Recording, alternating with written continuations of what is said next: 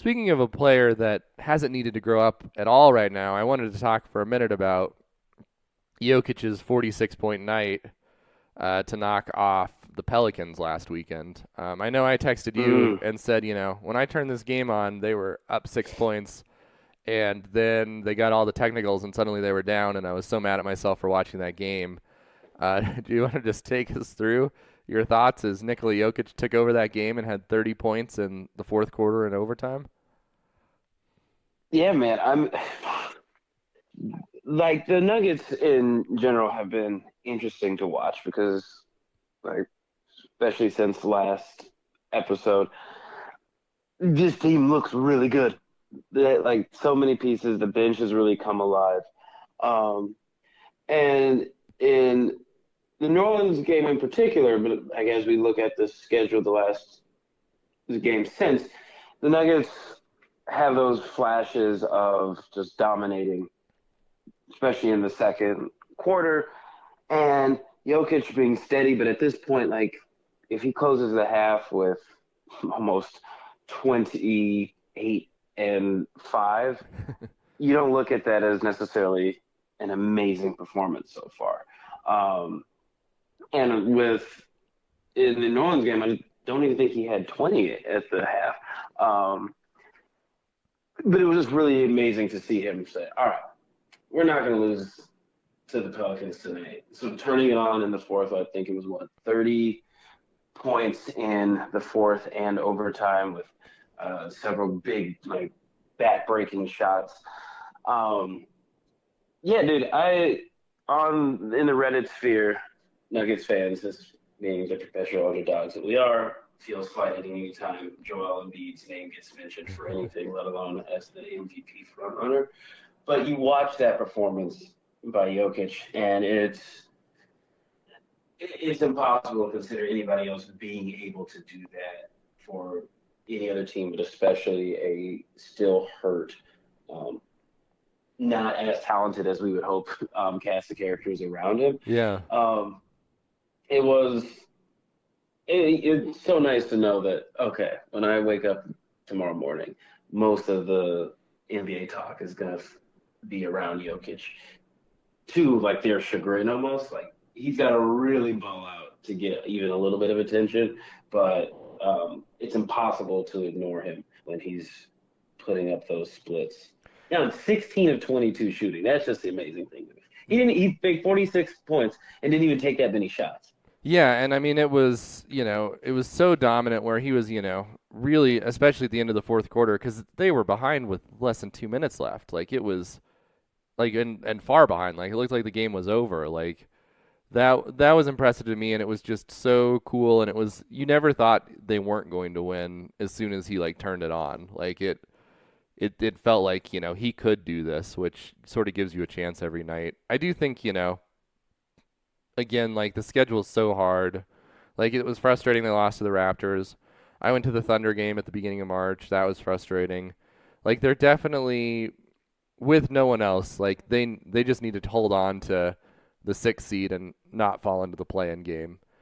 But hopefully they're going to get some people back. I do think. I mean, I think that game, Jokic is that game sort of elevated Jokic into the he's one of the best players, and everyone sort of thinks so. Like I think that no one is really ignoring Jokic now because of that performance.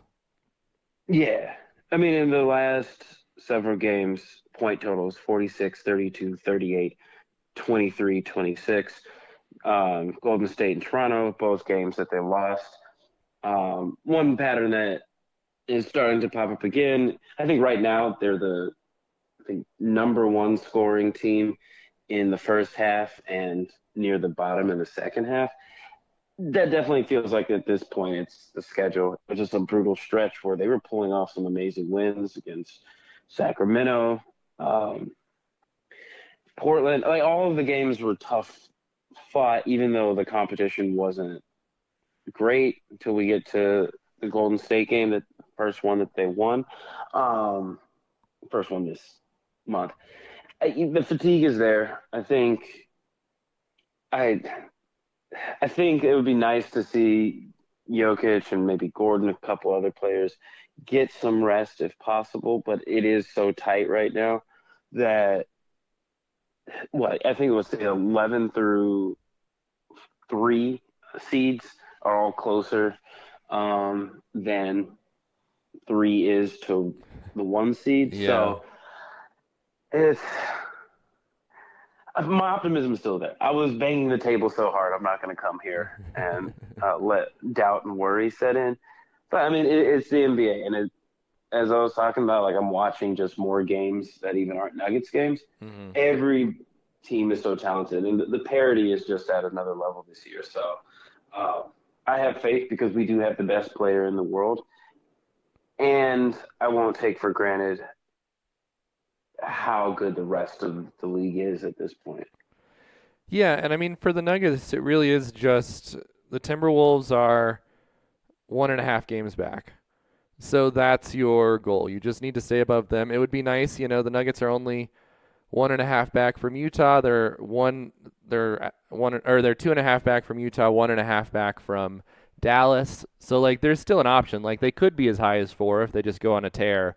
But I'm not sure Yeah, it changes much as long as you stay out of that play-in game. Like they're going to be playing, one of Utah, Golden State, or Memphis, or Dallas. Those are all going to be hard games. Um, so I think that they need to, just try to stay out of that play-in game as much as they can, and see what happens. And I mean, maybe Porter and Murray come back. I mean, we know that without them, winning a first-round series will be a huge accomplishment again, which is frustrating. But you know, part of the NBA is just getting everybody healthy at the right time. And I mean, as long as Jokic can stay healthy, hopefully that's going to be next season if it can't be this season.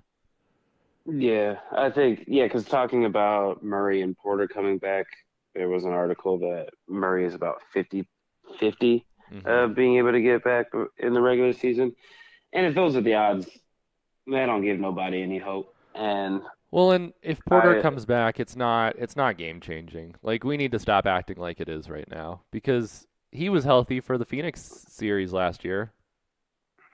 yeah, right. And I mean, that's more than anything. I think for him, it's not the expectations of his talent, but it's just a reminder that he actually does not have a lot of playing experience at this point. Hmm. And so you can't expect after almost missing an entire season, he'll be able to come back and play to the ceiling that we saw at points last season. Yeah. It would be a great piece. Like I don't even know if I don't even think he would start games. I think it might be best that he doesn't.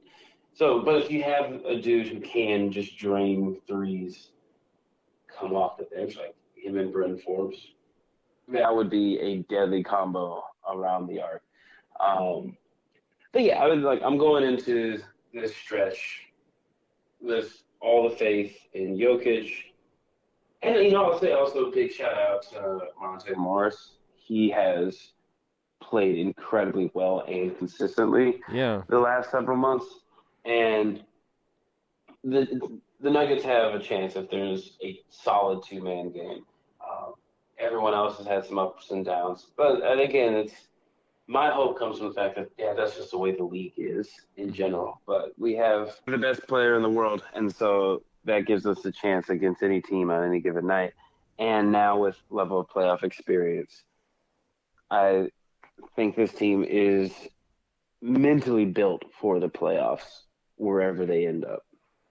Yeah, I do too. And I mean, it's just nice that we're gonna have some playoff basketball. And we're gonna get to see, if nothing else, we're gonna get to see some playoff Jokic. So I'm excited for that.